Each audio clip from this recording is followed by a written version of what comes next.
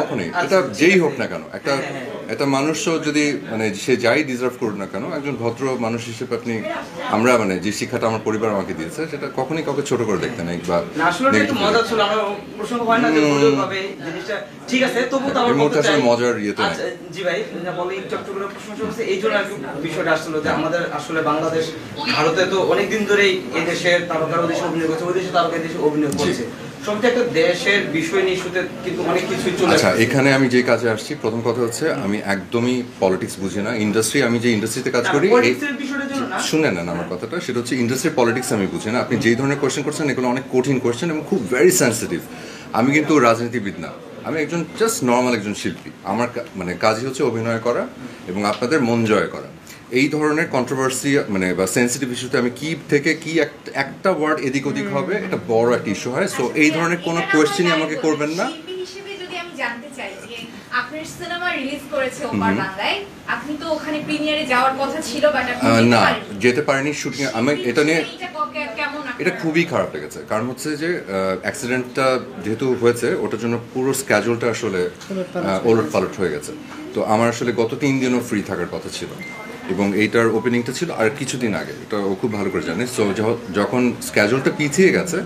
তখন আসলে আমার আসলে যাওয়া হয়নি কারণ আমার এখানকার কাজটা শেষ করাটা ইম্পর্টেন্ট আমাকে বলছিল যে আমার একদিনের জন্য যেতে হবে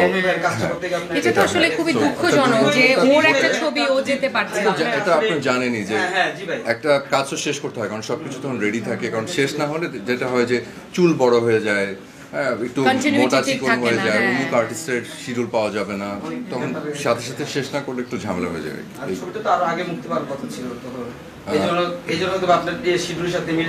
না না না না ছবিটার মুক্তির ঘোষণা যে পূজার সময় না তখন আসলে রেডি হয়নি আমি কারণ আমি ব্যস্ততার কারণে আমি ডাবিংও দিয়েছি হচ্ছে জাস্ট ছবি রিলিজের 2 দিন আগে যেহেতু ছবিটা মুক্তি পেয়েছে এখন কি ওইখানে হলে গিয়ে দেখার কোনো পরিকল্পনা আছে এর মধ্যে সময় পাচ্ছি না আসলে এর মধ্যে যেহেতু মানে অন্যান্য মানে এখন কিভাবে কি বলবো আসলে সিচুয়েশনটা মেনে নিতে কিছু করার নাই কিছু করার নেই শিল্পীরা অনেক কিছুই পারে না অন্য কাজের তো আসলে স্ক্যাজুল থাকে আর আমাদের এটা আপনারাও খুব ভালো করে জানেন যে আমাদের একটু সময়টা ভাগ করা থাকে মন চাইলেই যেমন আজকের দিনটা কথা আমার হঠাৎ করে বাসায় মনে হলো যে ও আজকে আমি হয়তো বললাম যে আজকে না পরশু দিন করবো এরকম তো আসলে না কারণ আপনারা আসছেন আপনাদের সম্মানের জন্য তো আমাকে আসতে হবে